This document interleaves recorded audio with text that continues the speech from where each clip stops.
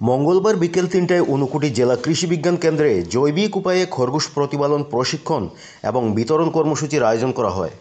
মাছ এবং ডিমের পাশাপাশি মাংসের চাহিদা পূরণের লক্ষ্যে এবং কৃষকদের বাণিজ্যিক লাভের বিষয়ে চিন্তা করে এই উদ্যোগ নিয়েছে প্রাণিসম্পদ বিকাশ উন্নয়ন দপ্তর।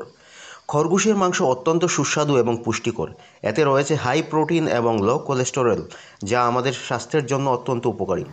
মঙ্গল প্রদীপ প্রজ্বলন করে এদিন অনুষ্ঠানের শুভ সূচনা করেন ঊনকোটি জেলা পরিষদের সভাধিপতি অমলেন্দু দাস।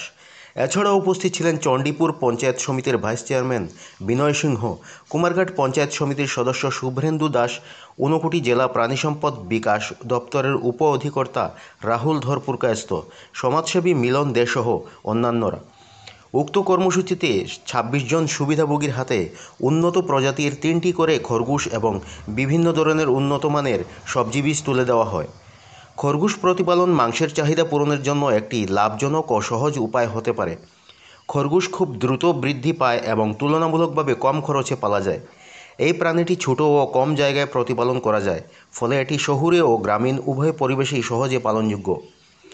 খরগোশের মাংস প্রোটিন সমৃদ্ধ, কম চর্বিযুক্ত এবং সহজে হজমযোগ্য।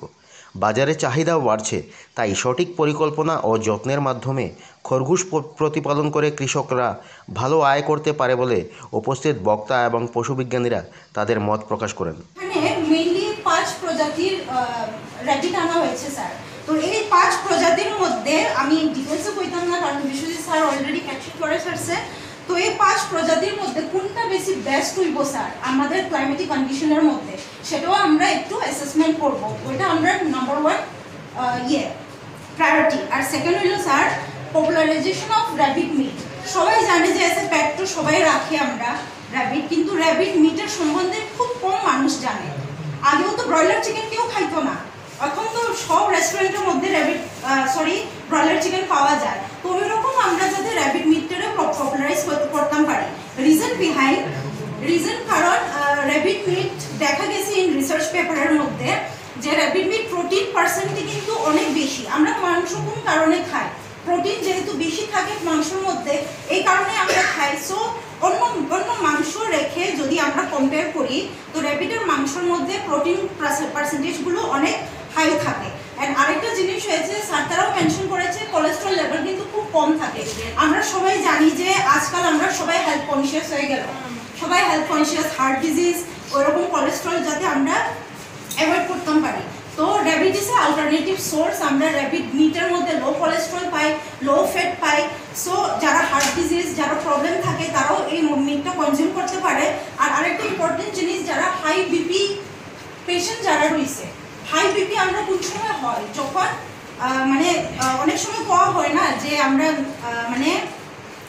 সল্ট যদি বেশি খায়ালাই, আমরা নমক যদি আমরা বেশি খায়ালাই, তাহলে প্রেশারগুলো বাইরে যায় না।